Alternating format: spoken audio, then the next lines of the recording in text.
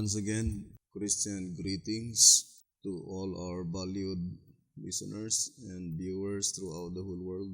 More particularly to all Shepherd's Rod believers, and most especially to our beloved brothers and sisters in the United States of America.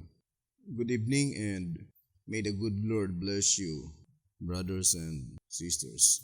This is our episode number 2 on the subject, the exceeding great horn. Now let us continue and let us begin on 2SR page 129. It says, the horn reveals that which the beast fails to do. 2SR page 129. As Medo Persia and Grecia are each represented by the two symbols, Medo Persia first by the ram and second by the bear, and Grecia first by the goat and second by the four-headed leopard beast. So Rome was represented first by the exceeding great horn on the goat and second by the nondescript beast. The first stage of the fourth beast represents imperial Rome, but the second stage, after his three horns had been plucked, describes papal Rome. See pages 56 to 59. The beast representing imperial Rome does not give much information regarding the Roman form of government, but that which is not revealed by the beast is made known by the goat's great horn. Therefore, we must consider the great horn's power and conduct. 2SR page 129.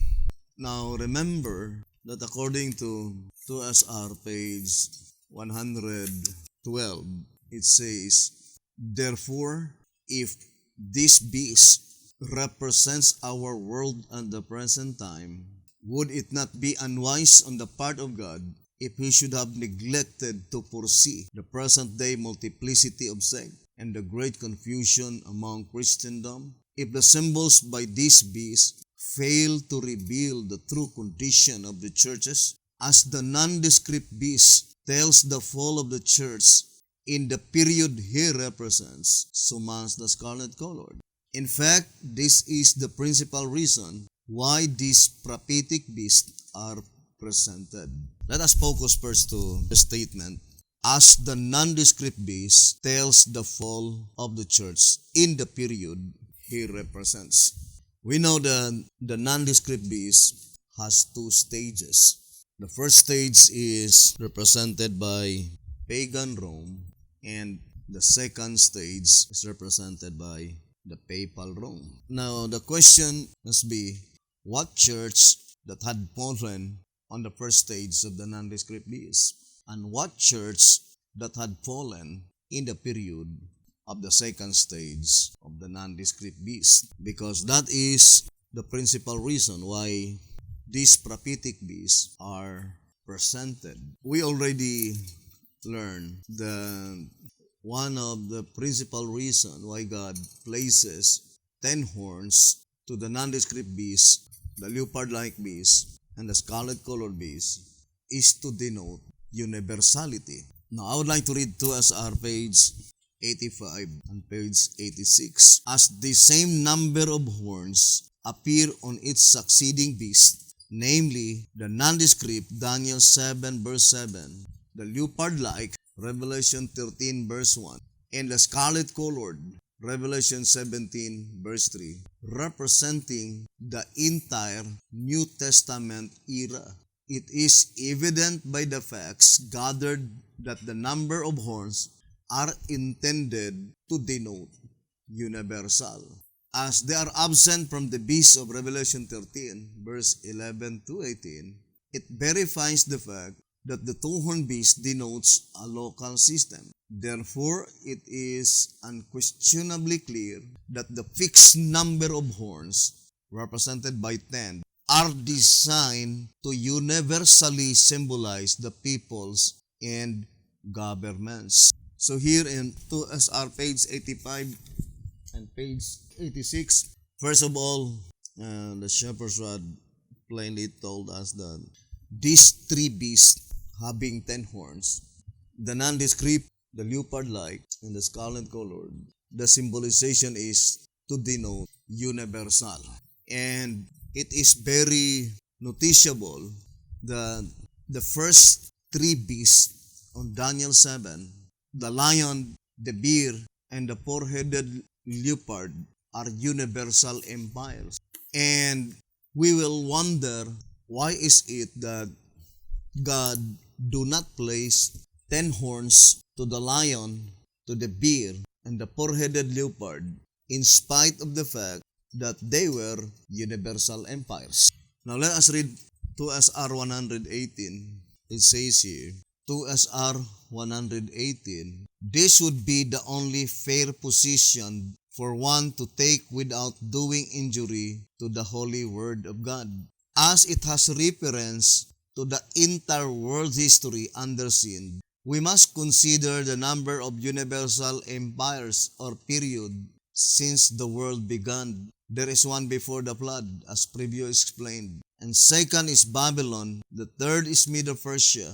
Fourth is Greece. So in this reading, 2SR 118, it is plainly telling us that Babylon, represented by the lion, Medo-Persia, represented by the bear, Greece, represented by the four-headed leopard, all these three are universal empires.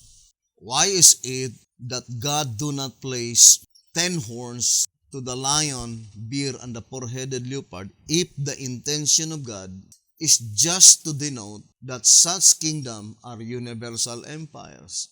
So there must be something other than just to indicate that it is a universal empire. Now I would like to read this reading in the old symbolic code. Let's read one symbolic code, number 17, pages 6 and page 7. Therefore, as long as Protestantism entertains the spirit of the reformers, his deadly wound could not be healed, but rather get worse. Consequently, as the wound on the head represents universal reformation among Christendom, the healing of the wound must also represent universal apostasy, which is further proved by the fact that the blasphemy is over all 7 heads, and which denotes that while by words they claim to be Christ followers, Christians, in practice they are not. Thus they blaspheme. See Revelation 2 verse 9, Ezekiel 20 verse 27.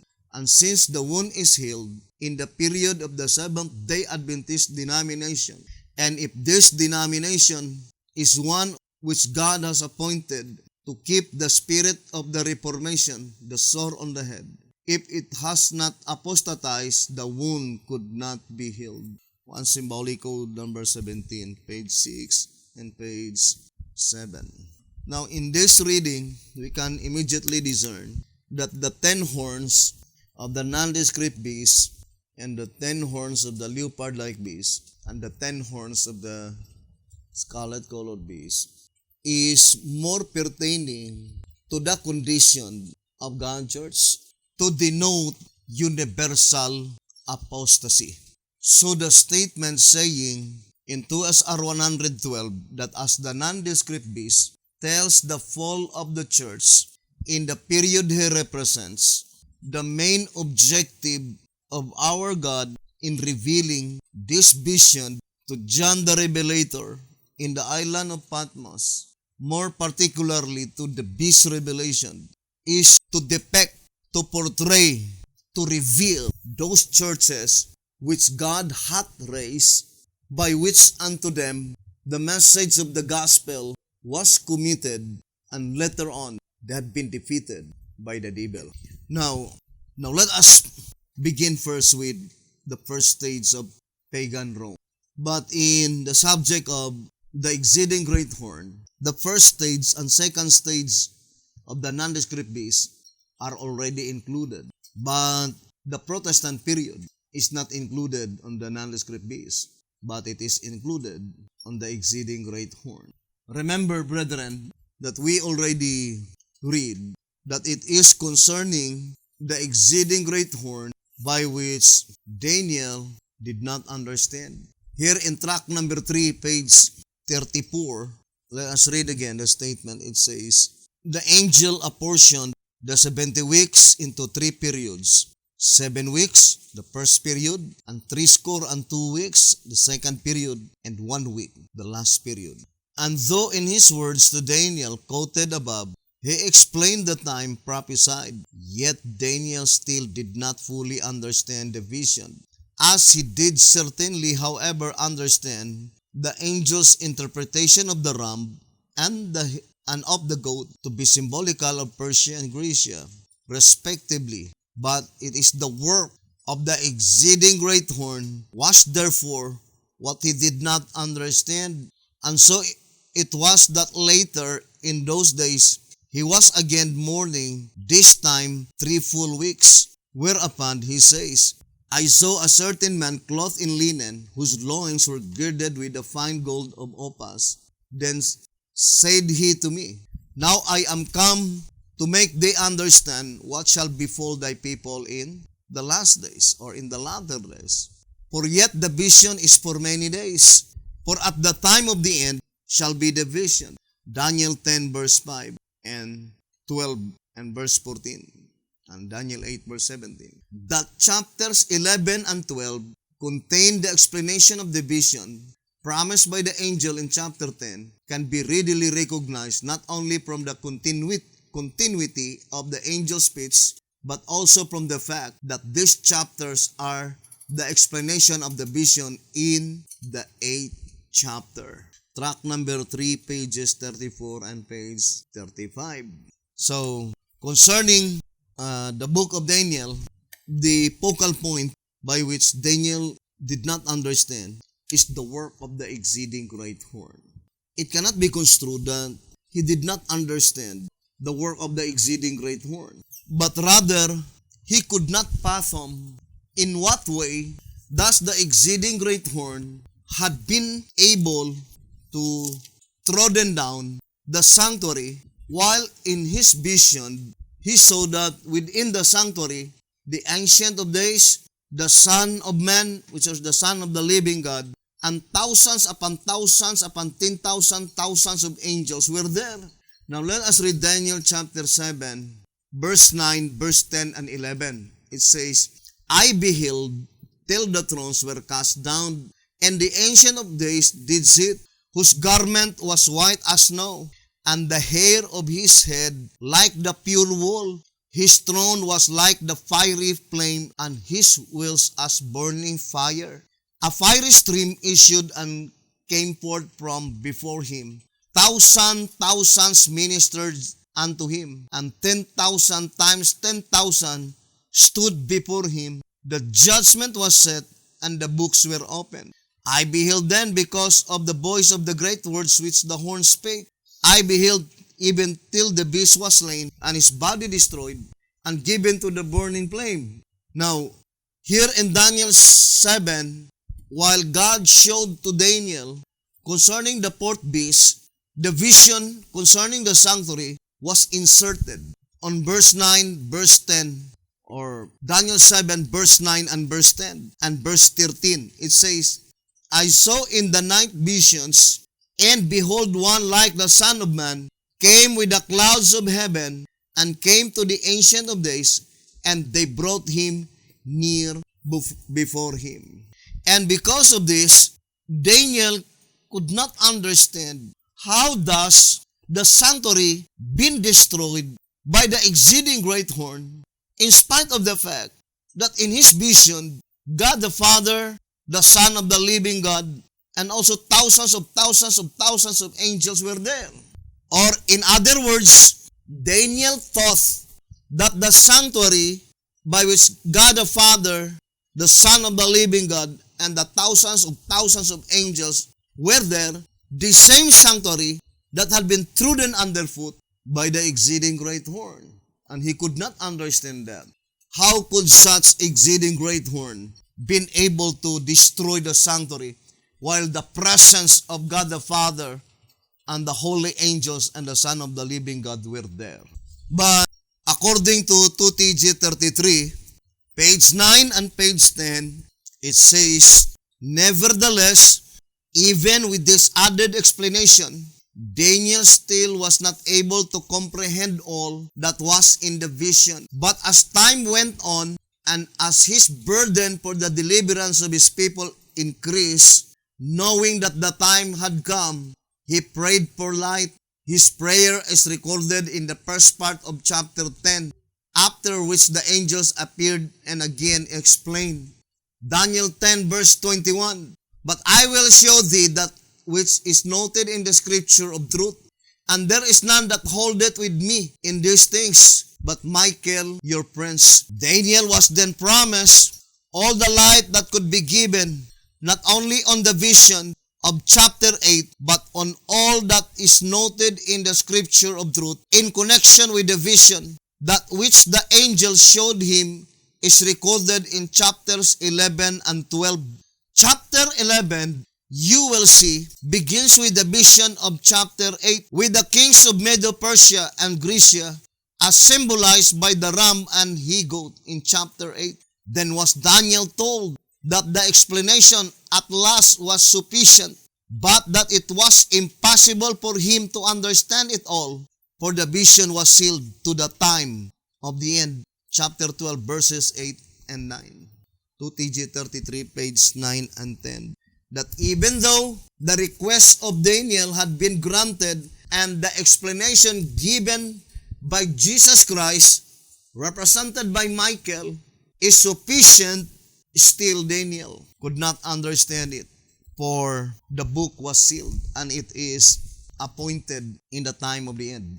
And we already explained that in more specific terms, according to the Shepherd's Rod, the time of the end began in the year 1844. But the Shepherd's Rod declared clearly here in 3 Symbolic Code 8 to 10, page 8, I would like to read the statement. It says, the fact that we as yet do not understand the whole book proves that some parts of it are yet closed.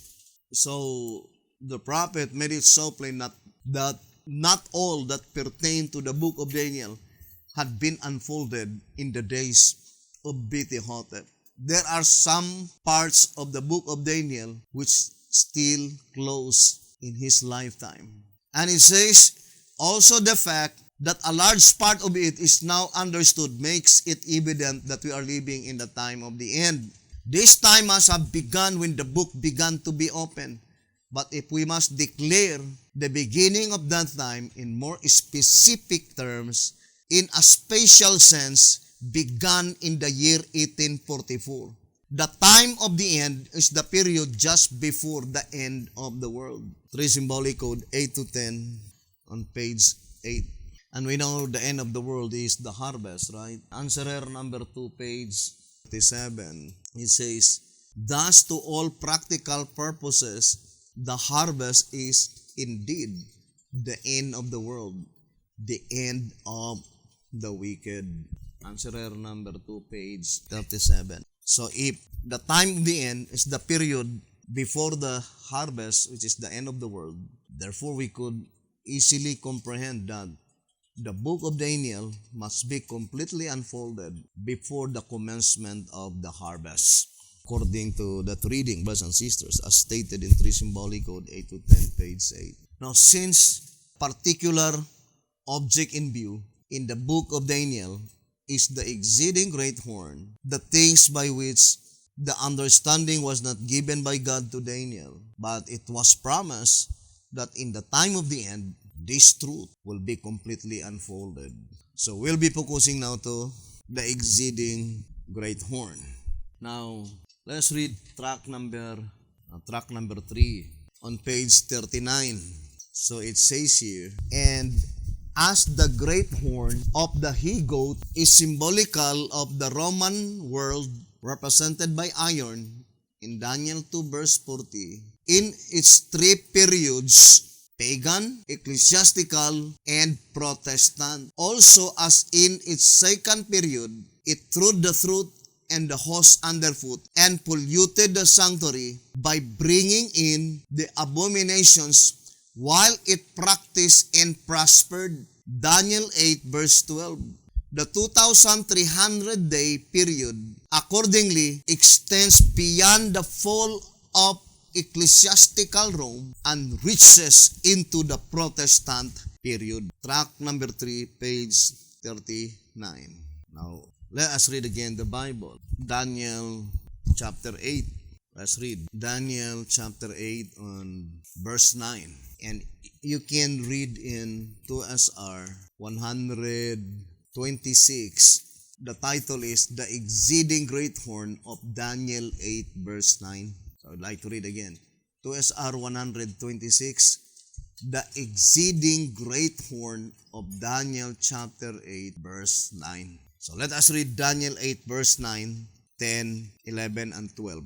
It says here, and out of one of them came forth a little horn, which waxed exceeding great, toward the south, and toward the east, and toward the pleasant land. And it waxed great, even to the host of heaven, and it cast down some of the hosts and of the stars to the ground, and stamped upon them. Yea, he magnified himself even to the prince of the hosts, and by him the daily was taken away, and the place of his sanctuary was cast down, and an host was given him against the daily by reason of transgression. And it cast down the truth to the ground, and it practiced and prospered. Now let us connect, brethren, on verse 23 and 24. It says, and in the latter time of their kingdom, when the transgressors are come to the full, a king of first countenance and understanding dark sentences shall stand up, and his power shall be mighty, but not by his own power, and he shall destroy wonderfully, and shall prosper and practice, and shall destroy the mighty and the holy people.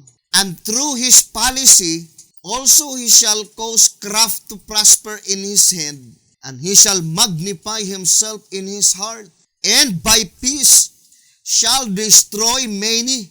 He shall also stand up against the prince of princes, but he shall be broken without hand. Daniel 8, 9 to 12, then verse 23 to verse 25.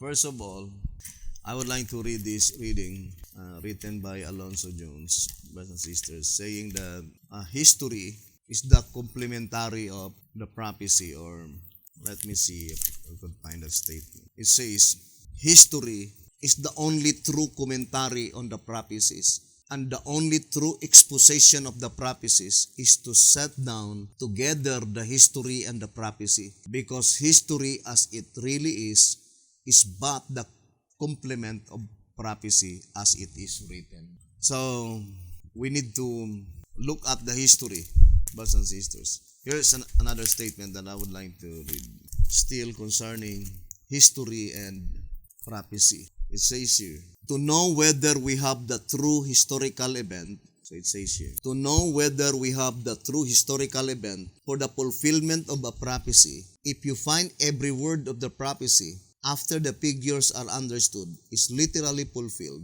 then you may know that your history is the true event. But if one word lacks a fulfillment, then you must look for another event or wait its future development. For God takes care that history and prophecy that agree, so that the true believing children of God may never be ashamed. So I would like to read again the statement, brothers and sisters. So God takes care that history and prophecy will agree together. And B.T. Hotep also explained in 1SR 128, saying, it is engraved on a tile, it cannot be erased. The thought is that the prophecy will surely come to pass, and after it once become history, one cannot erase the things portrayed. It is there to stay through all ages. 1 SR page 128. So you could no longer change the record of the history. So we need to study history if in that historical event does the prophecy meets its perfect fulfillment. If not, then that is the groundwork. That could not be the particular object in view. Here in track number 5 on page 34, it says, fulfilled prophecies are seen therefore to be employed by the scriptures only as groundwork for that part of prophecy which is yet to be fulfilled. Track number 5, page 34. Now let us study closely, brothers and sisters, those verses in Daniel 8 verse 9 to 12 and Daniel 8 verse 23 to verse 25. Brothers and sisters, if the fulfillment in the period of pagan Rome, thus those verses completely fulfilled on its entirety in the period of pagan Rome. Now let us read 2SR. Here in 2SR 129, it says, cast down the host and the stars. 2SR page 129. Cast down the host and the stars. Says Daniel, therefore the he-goat waxed very great, and when he was strong, the great horn was broken, and for it came up 4 notable ones towards the 4 winds of heaven. And it waxed great even to the host of heaven, and it cast down some of the hosts and of the stars to the ground, and stamped upon them. Daniel 8, verse 8 and 10. The host of heaven cannot refer to the Jewish nation at that time, for the Jews had killed the prophets and had rejected every message God had sent by his humble servants until there was no remedy. Thus they had been without a prophet since the time of Malachi. Had they obeyed God's voice through his messengers, he would not have left them to fall under the Roman yoke. The Jews reasoned as most Christians do at the present time. They took the position that they were wise and well-favored of God, even though they had rejected every ray of light and completely despised the entreaties and mercies of Jehovah. Their misconception of God's truth and prejudice against light upon the Word of God robbed them of wisdom and knowledge of the Most High, until they were finally led into terrible sin and condemnation. When they rejected the message borne to them by the apostles, with the power of the Holy Spirit, they sinned against the Holy Ghost and thereby closed the only channel through which God could communicate with them. Therefore, the Jews under such condemnation could not be termed the host of heaven, and much less stars. Yea, he magnified himself even to the prince of the host. Verse 11. The prince is Christ, and the hosts are the Christians. So the prince of the host is Jesus Christ, and the hosts of heaven, they are the Christians. This is the only proper application that can be made by made of the expression. The stars are none other than the apostles, as they were symbolized by the woman's crown of Revelation chapter 12 verse 1. Therefore, the stars that were cast down refer to the apostles and the hosts, to the Christians after the crucifixion of Christ, when Rome together with the Jews persecuted and martyred, cast to the ground. Yea, he magnified himself even to the prince of the host, that is the Roman power magnified itself against Christ, Prince of the Christians. Now, it was enumerated one by one in this reading in 2SR 129 and 130 that the hosts of heaven mentioned in Daniel chapter 8 verse 9 to 11, they are the Christians. And the stars represent the 12 stars of the woman. And the prince of the host is represented by Jesus Christ. And the significance that the host of heaven and the stars, brothers and sisters, had been cast down to the ground. The significance is that they were martyred for their faith. Now think it thoroughly, brethren. The voice of inspiration says that the Bible declared clearly, some of the host and some of the stars cast down to the ground and stamp upon them. To repeat again, the word some meaning not all. Now if we will look at the first advent of Jesus Christ during the martyrdom of pagan Rome, brothers and sisters, we know all of them had been martyred for their faith. And since there are only 4 divisions of the 12 stars of the woman, as enumerated in 2SR, pages 79 and 80, it says, in reality, the 12 stars on the woman's crown originally represented first by the 12 patriarchs, then later the 12 tribes of fleshly Israel, then after that the 12 apostles, and last the 12 tribes of spiritual Israel, the 144,000. Thus again it proves that number 4 to be an important number, and that by the woman these 4 periods are represented. So there are only 4 periods of the woman according to the Shepherd's Rod. The first period is that when the woman has the 12 stars represented by the 12 patriarchs. And we know that that is pointing to the 12 sons of Jacob. And then the second period is represented by the 12 tribes of Israel. It is called Israel by flesh. And the third period is the apostolic period.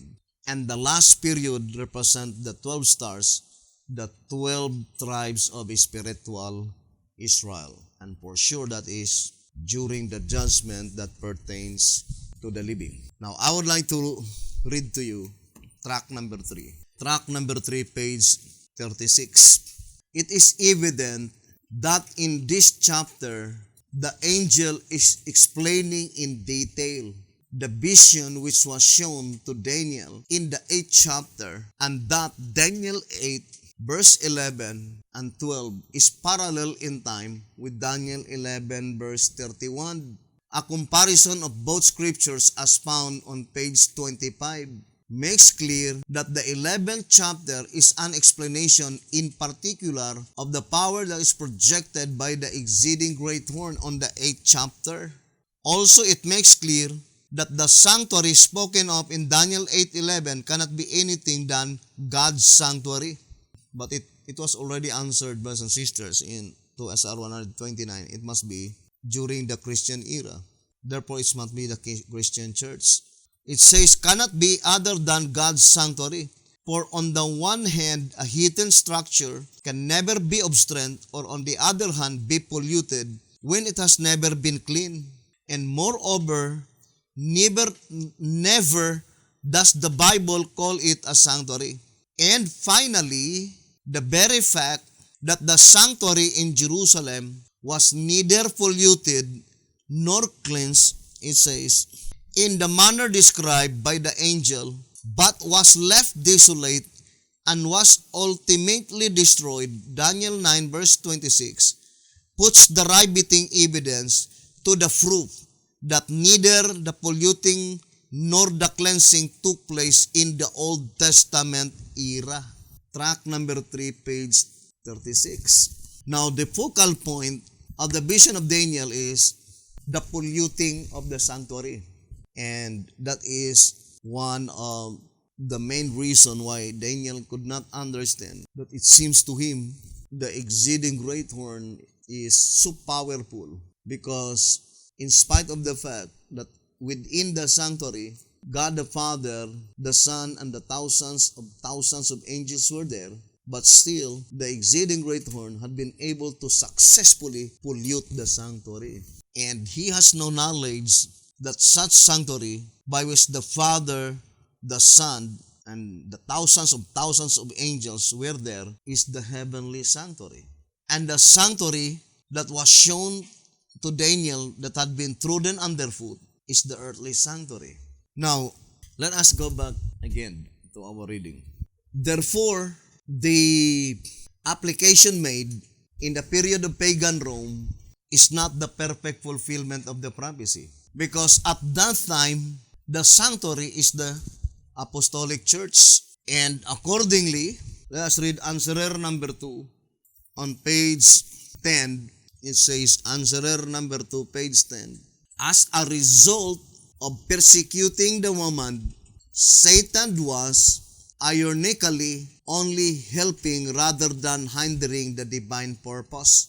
Indeed, the church filled, Matthew 13:38, grow only pure wheat, the net, verse 47, caught only good fish, because against such a persecution, only the faithful dared to take their stand for truth and to become members of the hated sect. Answerer number 2, page 10. So that reading plainly telling us that the apostolic church never been polluted. Here's another statement in the Great Controversy on 384. It says here, I would like to read the middle part saying, during the lives of the apostles, the church remained comparatively pure. But toward the latter end of the 2nd century, so 2nd century begin on 101 AD. So that is after the apostles died. So here in the Great Controversy 384, during the entire period from 27 AD to 100 AD, the sanctuary represented by the apostolic church, the Christian church, the first section of the early Christian church, never been polluted. So, brothers and sisters, it could not refer to the apostolic church that had been polluted, but it must be pointing to the first candlestick in Revelation 1 verse 20, the Ephesus. Now, let's read the old symbolic code. One symbolic code, let's read the statement here, brothers and sisters, concerning the Ephesus. One symbolic code number 3, page 5. It says, notwithstanding the example which God made of the Jewish leaders, the successors to the apostles as the successors to Moses, by adopting worldly customs and rejecting Luther's message, they also betrayed their sacred trust. Hence, the case of the kingdom of heaven were taken away from the early Christian church, Catholic later. Or in other words, that early Christian church, later on, it became Catholics. And it points out, brothers and sisters, to the Ephesus, not to the apostolic church. The first candlestick, Revelation chapter 1 verse 20. And they are the converts of the apostles. Now, let us continue to our study. Our main objective in this subject concerning the exceeding great horn is that we need to ascertain clearly what church that had been trodden underfoot by the exceeding great horn, brothers and sisters. And since we already explained that Daniel chapter 8 must be pointing to the Christian church or the church in the period of the Christian era.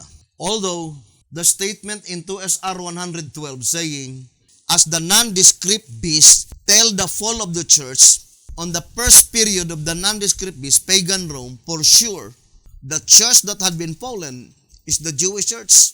Right? Here in the Great Controversy 383, it says here, it was by departure from the Lord and alliance with the heathen that the Jewish church became a harlot, and Rome, corrupting herself in like manner by seeking the support of worldly powers, receives a like condemnation. The Great Controversy 383, and we know that God gave them limited period of time, 490 years or 70 weeks in Daniel 9 verse 24. But they continually reject the message. And it was in 70 AD by which that temple, that sanctuary had been completely destroyed by Titus.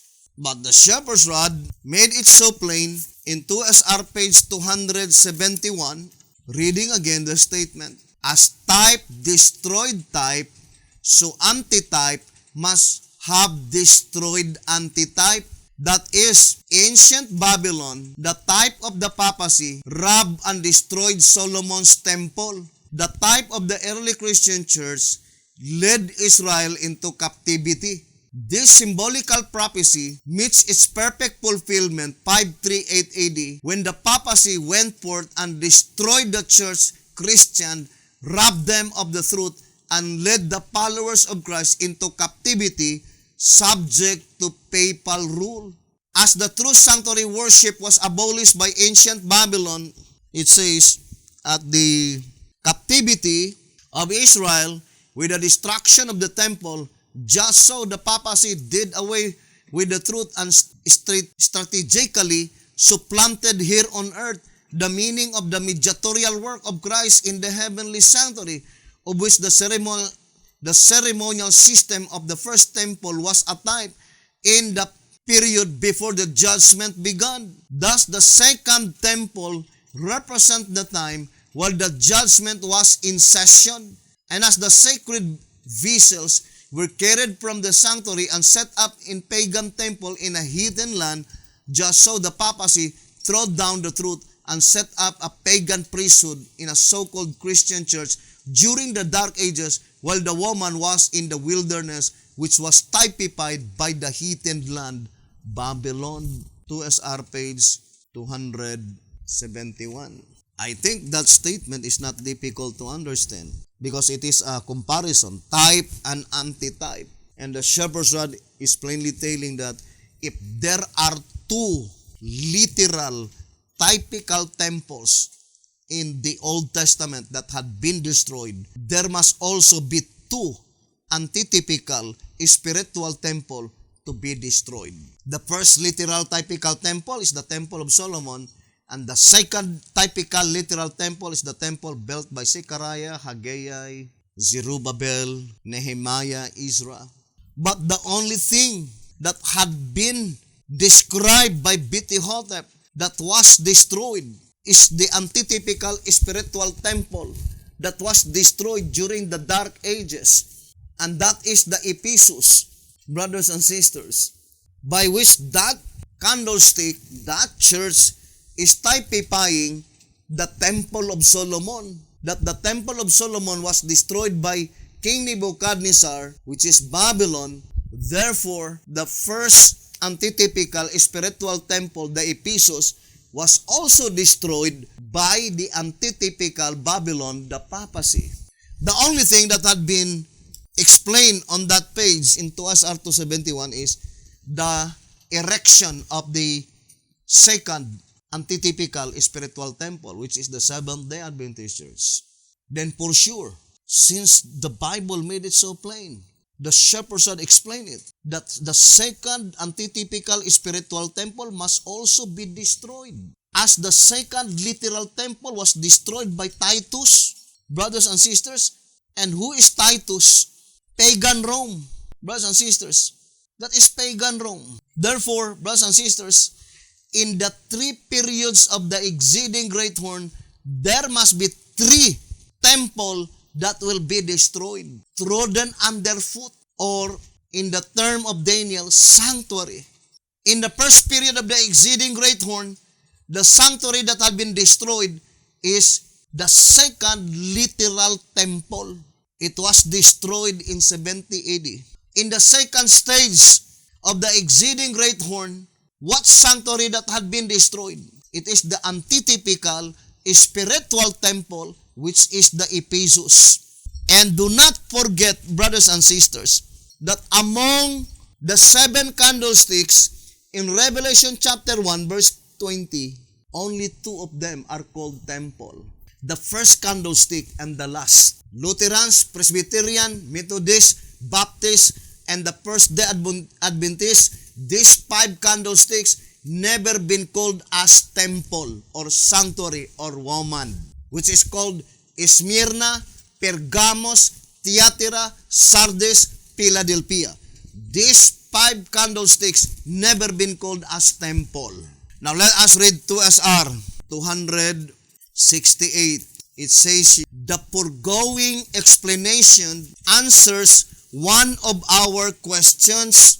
The Protestant churches which were raised up before the woman returned from the wilderness were in total darkness concerning the sanctuary service. Therefore, they are not represented by the woman or by the temple, for as we stated before, the typical temples represent both sections of the church with two divine laws, namely moral and ceremonial, or the daily and the sanctuary, or the Sabbath and the sanctuary truth.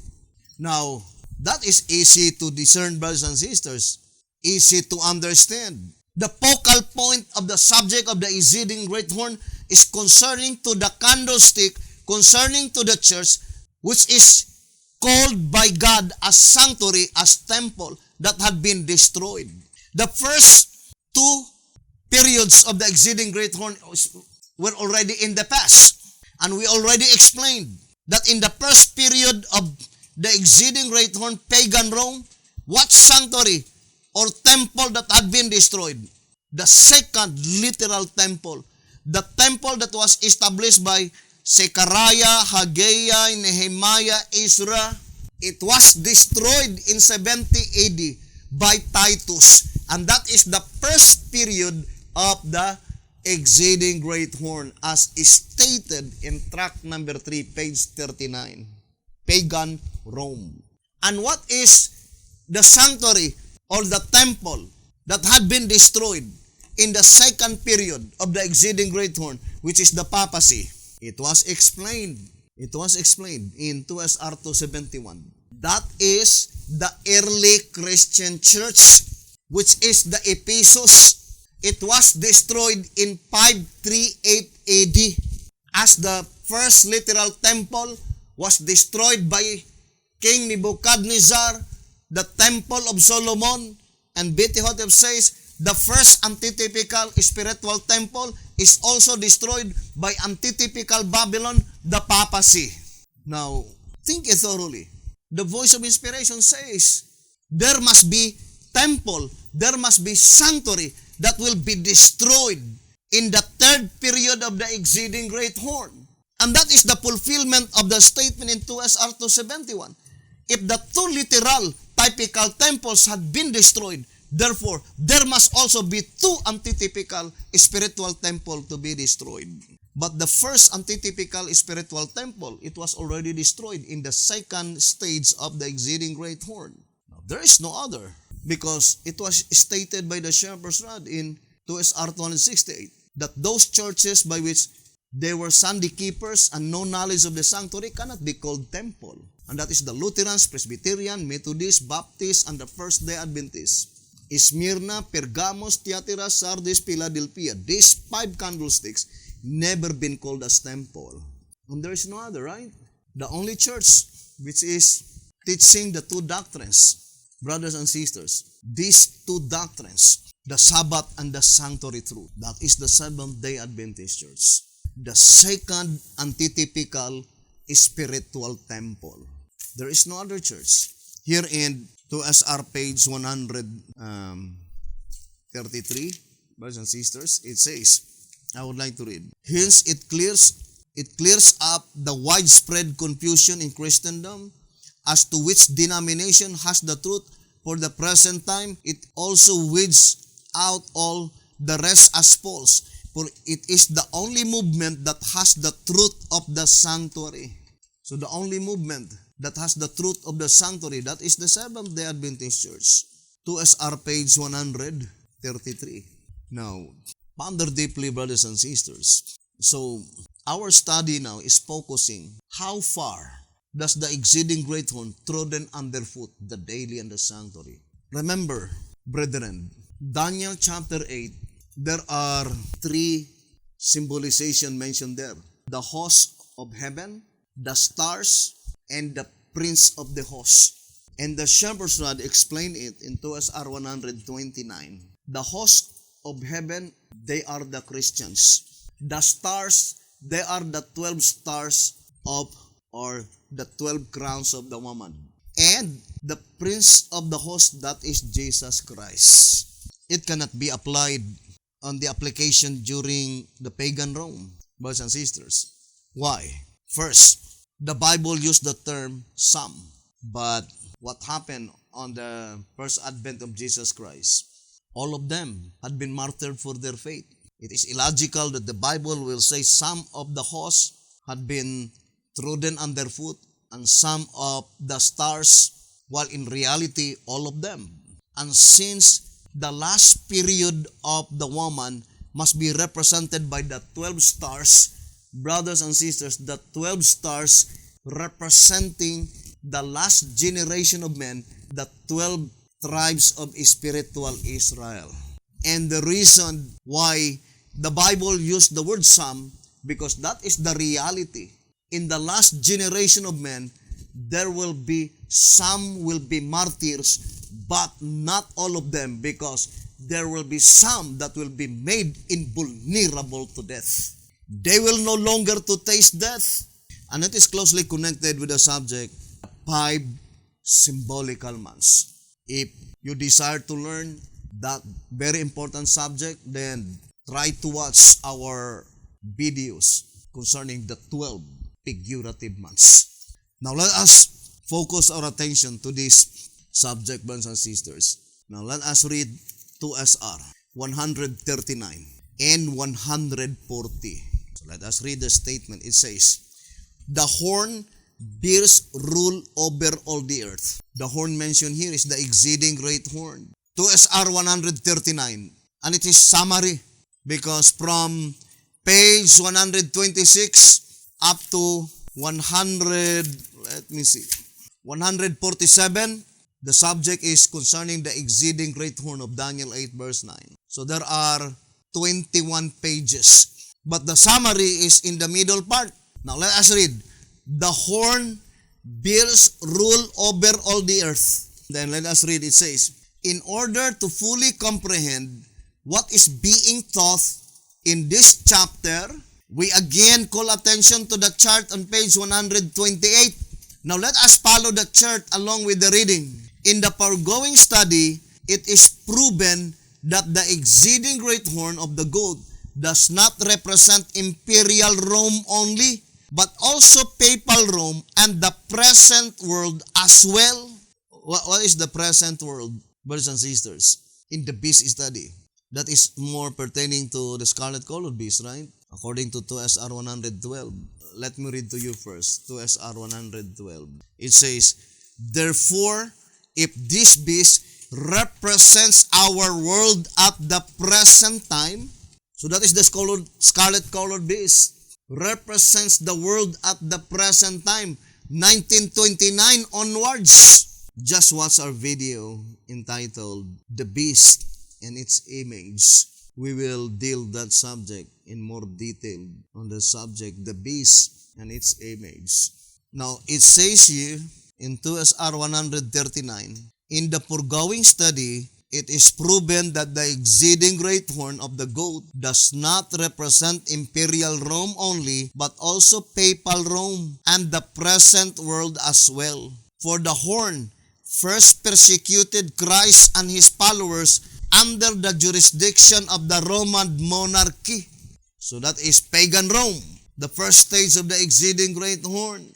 "The truth expressed by the daily and the sanctuary were trodden down by reason of transgression in the period of the broken state of Rome up to 508 AD. What happened in 508 AD? The truth expressed by the daily and the sanctuary was taken out rather than trodden underfoot. So the truth expressed by the daily and the sanctuary were trodden down by reason of transgression in the period of the broken state of Rome. There are 3 broken states of Rome. The first broken state of Rome during pagan Rome is called, brothers and sisters, triumvirate. When Rome were ruled by consul, senate, and emperor.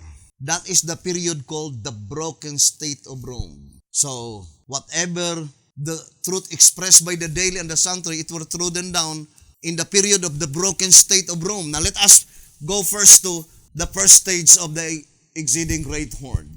The broken state of Rome. That is from, brothers and sisters, from 168 BC up to 27 BC. Because in 27 BC, the king of the first countenance established in the throne. That is the Roman monarchy, because the transgressors came to the full. What is the truth expressed by the daily and the sanctuary?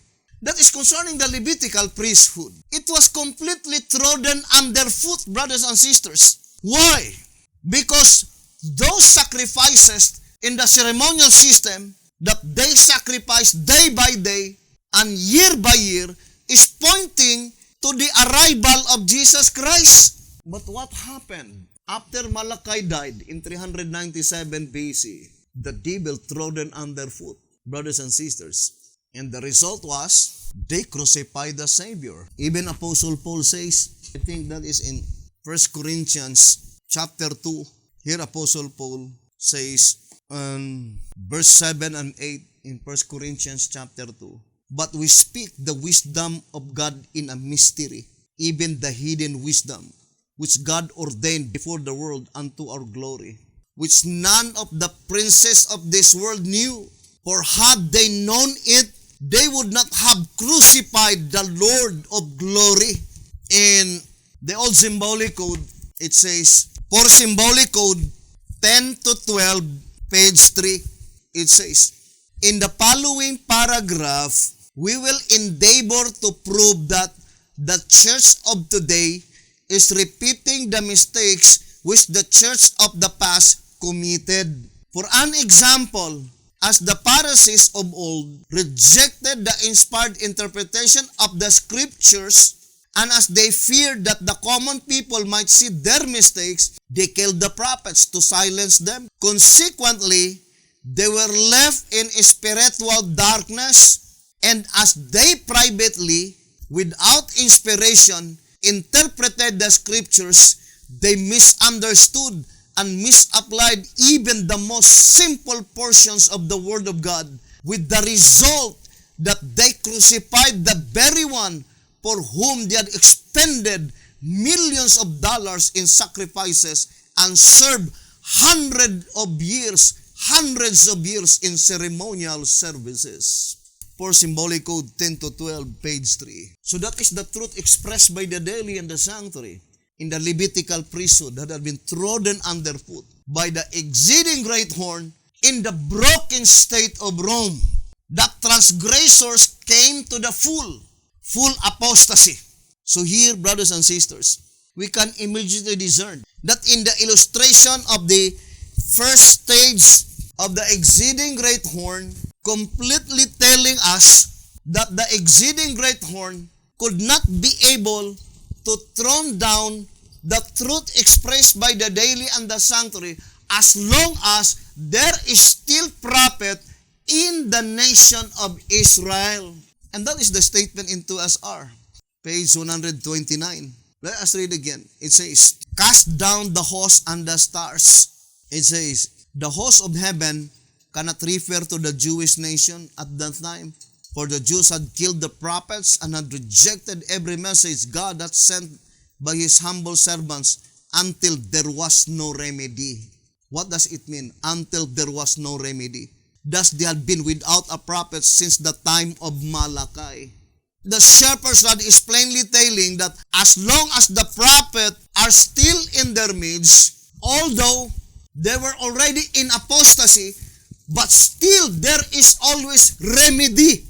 God's servant, the prophet, there is a supernatural power that had been bestowed by God to the prophet, and that is the word of God, the gospel. Check the tide of apostasy. But when Malachi died, it says, thus they had been without a prophet since the time of Malachi. Had they obeyed God's voice through His messengers, He would not have left them to fall under the Roman yoke. When God no longer sent a prophet to the nation of Israel, it was illustrated that God left them. Because of their attitude, they deprived themselves. They are the one who are crying to the Lord, no longer send any prophet. We don't need prophet. I would like to read 1 TG, number 32. It says here, brothers and sisters, the statement, pages 16 and page 17. And it is Isaiah 30, verse 9 and 10. that this is a rebellious people, lying children, children that will not hear the law of the Lord, which say to the seers, see not, unto the prophets, prophesy not unto us right things, speak unto us smooth things, prophesy deceits. Then this commentary given by the prophet, 1 TG 32:16. By killing the prophets for their frank speaking, God's ancient people were in effect saying, prophesy unto us deceit, tell us smooth things. We don't want to know the truth about us. Does this thing still exist among us? How about us, the Bedean? Do you want to know the truth about us, the Bedean? Do you want to know the truth concerning United States of America? In verse 11 in 1 TG 32, page 17, it says, get you out of the way. Turn aside out of the path. Cause the Holy One of Israel to cease from before us. So that is what it means by they deprived themselves. Here in 1 TG number 15 on page 5, it says, 1 TG number 15, page 5. Let us now note that they fell into ruin only because they refused to give heed to the prophets who were sent down to reform their ways, to correct their erroneous interpretations of Moses' writings, and lighten the path of their feet, the rest of the way clear to paradise. Having deprived themselves of the gift of the spirit of prophecy by doing away with the prophets, they completely cut off heaven's communication line and were thus left in gross darkness and led into error, fanaticism, and crime. They became self-sufficient, proud, boastful, and high-minded. 1 TG 15, page 5. And that's why here in 1 TG 32:17, it says, spiritual blindness is a cruel thing. Its victims can hardly be made to see either their sins or the righteousness of God. They misinterpret and misapply everything that is intended for their own good. 1 TG number 32, page 17. So to repeat again, brothers and sisters, there are 3 periods of the exceeding great horn. And it is, brothers and sisters, it is during broken state of Rome that the truth expressed by the daily and the sanctuary had been trodden underfoot. Now, in the first period of pagan Rome, to repeat again, what is the truth expressed by the daily and the sanctuary, which pointing to the Levitical priesthood, the ceremonial system. Brothers and sisters, there is no other truth. That those sacrifices that they offered day by day is pointing to the great sacrifice, the Son of the living God. The devil had been successfully trodden underfoot. The Jewish people become blinded. And the illustration in 2SR says, can you imagine this illustration in 2SR 103? Satan had drawn the dirt brush over the eyes of the highest human intellect at the close of the Old Testament dispensation. Their spiritual eyes were so skillfully plastered that they could not see a bolt of lightning as bright as the sun in the darkest night. The fulfillment of prophecy, the miracles surrounding the birth of Christ, His spotless character, His unselfish labor and wonders in every step, touch, look, and act, filled the very atmosphere with divine love. Men who were destitute of the sins of sight from their birth felt the healing power of the Infinite One. The blind saw the Lord of glory and praised God, but the religious teachers of Israel were not affected by the power that moved even inanimate objects. The earthquake and the sun veiled its face, the rocks were rent, and the graves were opened. The dead arose and beheld the Son of God. But the proud Pharisee, priests, and rabbis, esteemed as never erring, could neither feel, see, nor hear. There is no wonder greater than the one written by the actions of the blind leaders of that age. John, speaking of the experience, says, in Him was life, and the life was the light of men, and the light shineth in darkness, and the darkness comprehended it not. John chapter 1, verse 4 and 5. Every possible ray of light pointing to the coming of the Lamb of God, had been given to the once chosen people, but it profited them not. Say Jesus, if therefore the light that is in thee be darkness, how great is that darkness? Would that these experiences could arouse the leaders and the people at this present time from self-confidence and counterfeit security to an earnest search of positive Bible truth? 2SR page 103. And I would like to remind again, the only positive Bible truth is symbolical prophecy, typological prophecy, and parabolical prophecy, as stated in 2SR page 10. Because it says, while the enemy has succeeded in confusing the written word, but God lightens the earth through this symbolical prophecy and typological prophecy and parabolical prophecy. Search the positive truths, because all others, the devil is expert to twist the meaning of the Word of God.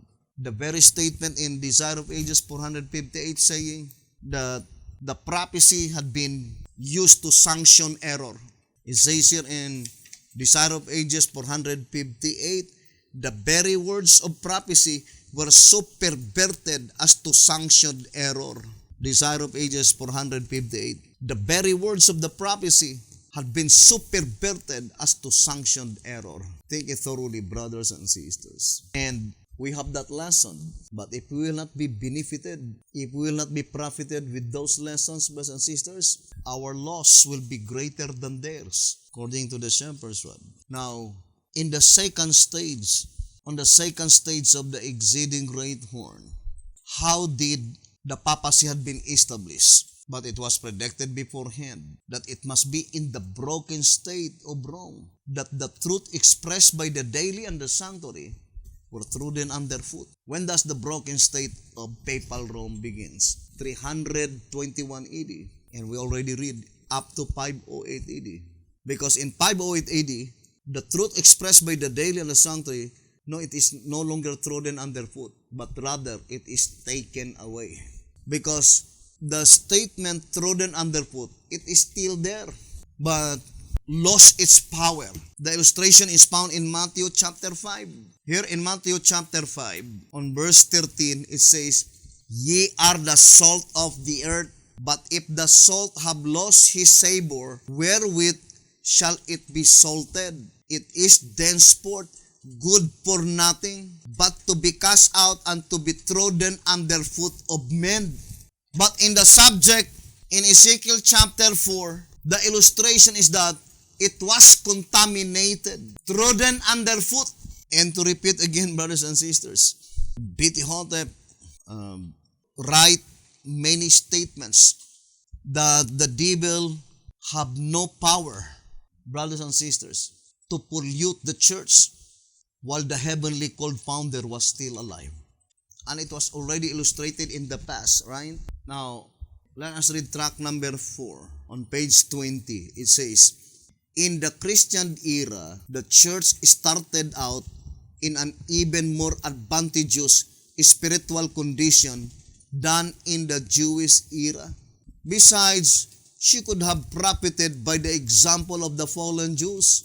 But as the verses just quoted reveal, she utterly failed to do so. Instead, as with the passing of Joshua, the Jews began to depart from their God, so with the passing of the apostles, the Christians drifted likewise. In lowering the Christian standard and exalting the pagan, the church played the harlot with the heathen. In this way, conceiving and bringing forth her so-called converts, she hath done shamefully, saith the Lord.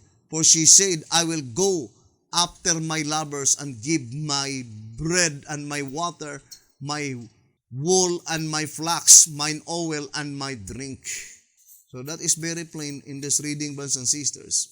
That is after the heavenly called founder died. Because that is the parable of Jesus Christ in Matthew 13 verse 25. What time does the devil sow his devilish seed in the field? While men is sleeping. The men mentioned there are the inspired servants of God. With the passing of Joshua, with the passing of the apostles. In track number 3, page 60, it says here, the evil of allowing the devil freely to sow the tares among the wheat has existed in the Christian church since the passing of the apostles. Track number 3, page 60, it says, the evil of allowing the devil freely to sow the tares among the wheat has existed in the Christian church since the passing of the apostles. In 2SR, page 100, 103, and 104, it says, the early Christian church in like manner was dragged into the dark ages as soon as the apostles passed away. Now look at the example given by the shepherd's rod. Brothers and sisters, first, after Joshua died, what happened to that group of people by which their headquarters had been established in Shiloh? It was destroyed. Now the second example, after Malachi died, what happened? The highest human intellect had been defeated by the devil. After the passing of the apostles. Now let us read 2SR page 103. It says, the early Christian church in like manner was dragged into the dark ages as soon as the apostles passed away. Satan marshaled his agents, men of renown into the church. The already blinded leaders laid their hands on men, not from the viewpoint of consecration, but from distinction, and thus made them shepherds of the flock. In the darkest hour of the Christian church, God, by the hand of Luther, called the attention of the multitudes to the terrible deception, but few were ready to listen to the humble monk. One would imagine that the most intellectual would have been the first to see the light in the plain, thus saith the Lord. Luther, with a great struggle and at the risk of his life, founded the Lutheran denomination. But as he passed away, that movement in like manner was corrupted and hardened against new light on the Word of God. In 2SR 104, as John Knox came with additional truth, the leaders of the church refused to be interested. Thus necessity gave birth to the Presbyterian denomination. These experiences had been repeated with Wesley, with Campbell, with Miller, and White. Logically, B.T. Hotep will not include himself because at this time, he was still alive. But, brothers and sisters, let us be God's real people, logical thinkers, and not bait hunters. I would like to read to you. You can read 3 Symbolic Code 11 to 12, page 10 and 11.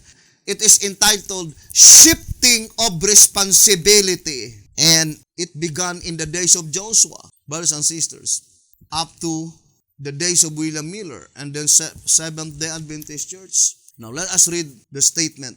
Moreover, after the death of its reformer, the churches which they founded fell into the hands of foolish shepherds, who were reaching out after numbers rather than after real converts. Thus, as they flooded the churches with worldlings, they caused her to backslide after its forward step, with the consequence that the Lord has had to shift the responsibilities from the old leadership to a new one in its call of reformation. After the death of its reformer, the word its meaning all of them, then B.T. Hotep could not be exempted in this statement. After B.T. Hotep died, the movement by which B.T. Hotep founded in 1930 to 1955 fell into the hands of foolish shepherds. That is why B.T. Hotep says here in 3 Symbolic Code 11 to 12, page 11, ponder deeply the statement given by the prophet. We as members of Mount Carmel Center are greatly honored to carry this reformatory message to the Seventh-day Adventist Church, of which we ourselves are a part. And as this responsibility has fallen upon us, we should bear in mind that we, as those before us, are in great danger of losing out. That is the statement of the prophet. Supposed to be, the Bejan will prize this admonition given by the prophet. We should bear in mind that we, as those before us, are in great danger of losing out. 3 Symbolic Code 11 to 12, page 11. And that is what happened, brothers and sisters. Why is it that the truth expressed by the daily and the sanctuary had been trodden underfoot during the Dark Ages? Because all the apostles died. Why is it that in the first stage of the exceeding great horn pagan Rome, the truth expressed by the daily and the sanctuary had been trodden underfoot? Because when Malachi died, God no longer sent any prophet. Think it thoroughly. Would you think it is the desire of God that the truth expressed by the daily and the sanctuary will be trodden underfoot? That is not the desire of God. But why is it that God no longer sent any prophet after Malachi died? Because of their attitude. They are the very one who are crying to the Lord, do not send any prophet. Our wisdom, our knowledge is sufficient. So in this study, brothers and sisters, God is trying to implant to our soul and our mind the absolute necessity of the spirit of prophecy in our midst. B.T. Hotep declared clearly in 2TG 24. It says here, in 2TG 24, pages 20 and 21. Without vision, you see, the people perish. And also without an interpreter and without faith, they likewise perish. This is why the spirit of prophecy is an absolute necessity to the people of God in all generations. You see, brothers and sisters, the spirit of prophecy is an absolute necessity to the people of God in all generations. I remember the statement here in track number 4. It says here, track number 4, on page 24, it says, when the church drifts with the current of the world away from the Lord, he can no longer bless her, lest he drive her, the pastor, downstream toward destruction. Track number 4, page 24. It says here, when the church drifts with the current of the world away from the Lord, he can no longer bless her, lest he drive her, the pastor, downstream toward destruction. The only way that he can then save her and bring her back to him is to withdraw his helping hand from her until she finds herself grounded on a reef of her own folly, with the fierce waves of retribution beating over her sides. Then only will she respond to his voice. What does it mean by saying, God withdraw his helping hand? The same statement in 2SR 129. Let us read again. It says, thus they had been without a prophet since the time of Malachi. Had they obeyed God's voice through his messengers, he would not have left them to fall under the Roman yoke. And this is the statement in track number 4, page 24. The only way that he can then save her and bring her back to him is to withdraw his helping hand. The helping hand of the Lord is channeled through inspiration. And what happened if the people is crying, brothers and sisters, that they don't need the presence of God's inspired servant? It says here in 2TG 24:22, if they do awake to their poverty, it will be the greatest miracle since the beginning of the world. I say it will be the greatest because they feel no need of God's help through inspiration. God's help is channeled through inspiration. Expect none. Are prejudiced, suspicious, and fearful of everyone that disagree with their preconceived idea. They are therefore even harder to reach with the saving truth for today than were the Jews of yesterday. That is why B.T. Hotep says that any objection against inspiration in the last analysis is to put God out of sight. That is the bottom line. The same with the figurative speech in Isaiah 30 verse 11. Get out in our way, the Holy One of Israel. That is God. Answerer number 3, page 30. Hence, any objection to inspiration can only in the last analysis be an attempt to put God out of sight and to bring men to the front, to cut off the only channel through which God can interpret the scriptures, communicate with his people, reveal truth, and unmask error. Brethren, The judicial proceedings in the heavenly sanctuary is about to be finished. But the Bedean has no knowledge at all, brothers and sisters, and they were so proud. They thought that spiritual prosperity are all in their borders, while the most important part of all the prophecy must be the mediatorial work of Christ in the heavenly sanctuary. But the only knowledge that the Bedean has, Jesus Christ entered to the most holy place in October 22, 1844, and that is all. Brothers and sisters, think it thoroughly. We need to ponder deeply.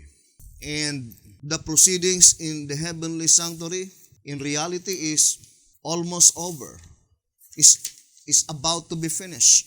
But we have no knowledge about it, brothers and sisters. And that is the determined effort of the devil through the exceeding great horn. Right?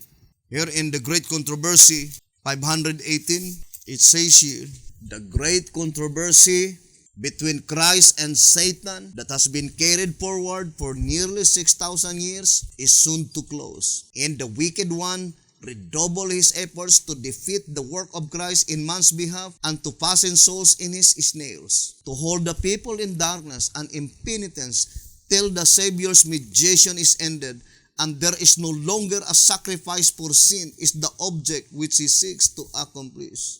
And that is the reason B.T. Hotep says, of all the darkness, there is no more damaging darkness than to keep God's people in ignorance what is going on in the heavenly sanctuary. Here in White House Recruiter, page 31 and page 32.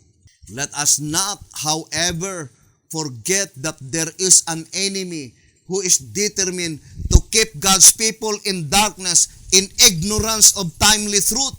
And what more damaging darkness could he seek to keep them in than in ignorance of that which God would have them to know, while their judgment is pending, while they are being weighed in the balances of the sanctuary? None, absolutely none. White House Recruiter, page 31 and page 32. To repeat again, the devil is more shrewd than we can imagine. In 2TG number 30, page 15, it says, let us once and forever realize that the devil is more shrewd than we can imagine. He is not particular what you believe. You believe that the headquarters must be located in Waco, Texas, or whatever place it might be. Satan is not bothered with that.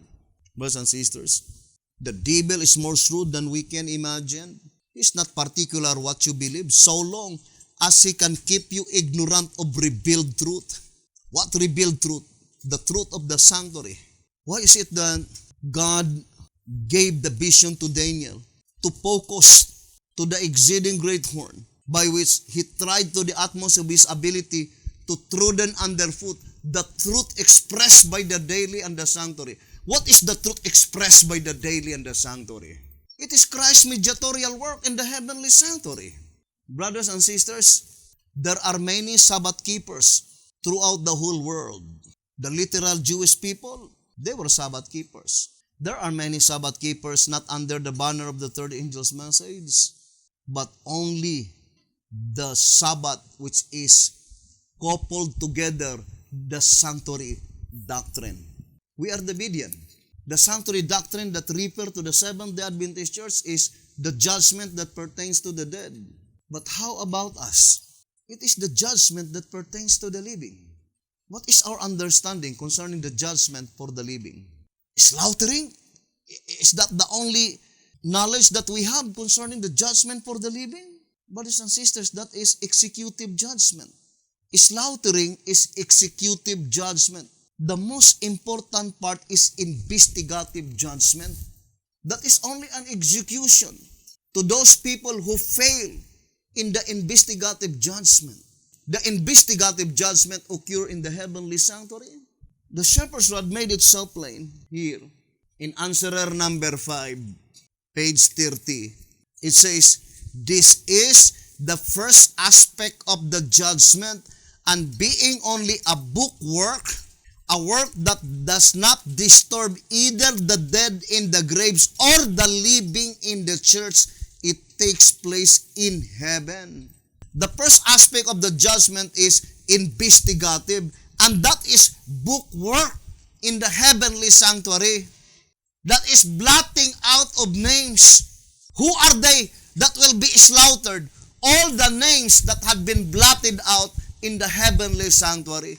That is only the execution after such investigative judgment in the heavenly sanctuary.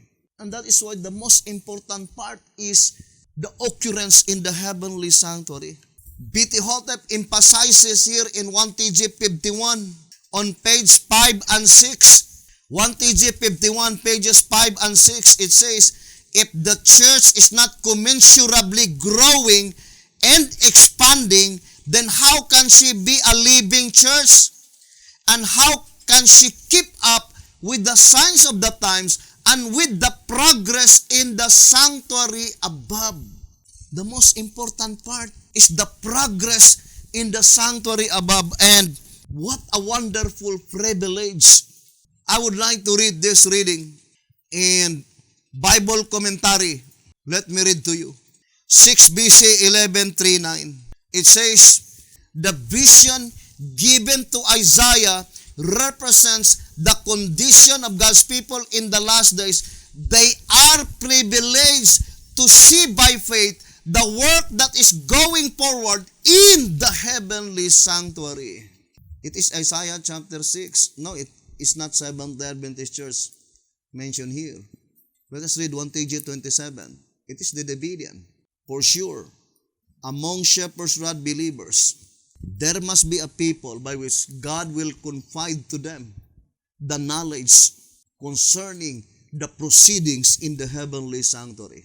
What a wonderful privilege that God gave them, such privilege to see by faith what is going forward in the heavenly sanctuary. And that is why the illustration of the 144,000, they followed the Lamb whithersoever he goeth. For example, this year, where we could find Jesus Christ.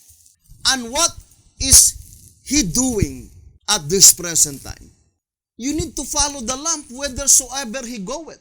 If Jesus Christ will remain in the most holy place all the time, why is it that the illustration in the Bible, you need to follow the Lamb?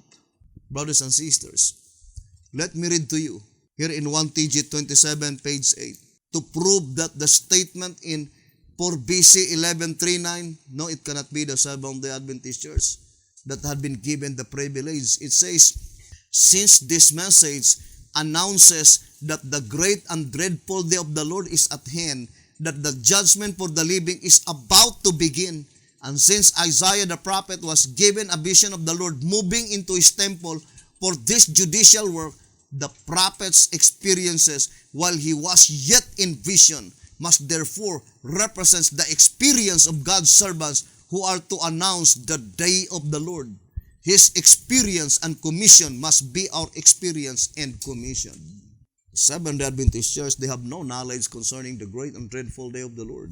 According to General Conference Special, page 39, there is no other group of people that announces the great and dreadful day of the Lord. It says, why is it that God gave them knowledge what is going on in the heavenly sanctuary? To let them know that the judgment for the living is about to begin. Think it thoroughly, my dear brothers and sisters. And the only thing that I could say, according to Consecrated Way to Christian Perfection, I would like to read this reading on page 104. The time of finishing the mystery of God. But that imposture is not to last forever. Thank the Lord. We are so thankful with the Lord. This great truth of the priesthood, ministry, and sanctuary of Christianity is not to be hid forever from the eyes of the church and the world. The mystery of iniquity arose, and so hid from the world the mystery of God, that all the world followed its wandering. Revelation 13, verse 3 and 4. But the day comes when the mystery of iniquity shall be exposed, and the mystery of God in its own truth and purity shall shine forth once more, never more to be hid, but to accomplish its great purpose and be completely finished. For it is written that in the days of the voice of the seventh angel, when he shall begin to sound, the mystery of God should be finished, as yet declared to his servants, the prophets. Revelation 10, verse 7. It is a long study, brothers and sisters, but if you will abide listening and viewing this program, at the end of our subject, we will show to you the chart so that you could understand, brothers and sisters, more particularly to the judicial proceedings that is occurring in the heavenly sanctuary. Hoping the good Lord will bless you, brethren. Thank you very much for listening and viewing this program. May the good Lord bless you and have a wonderful evening.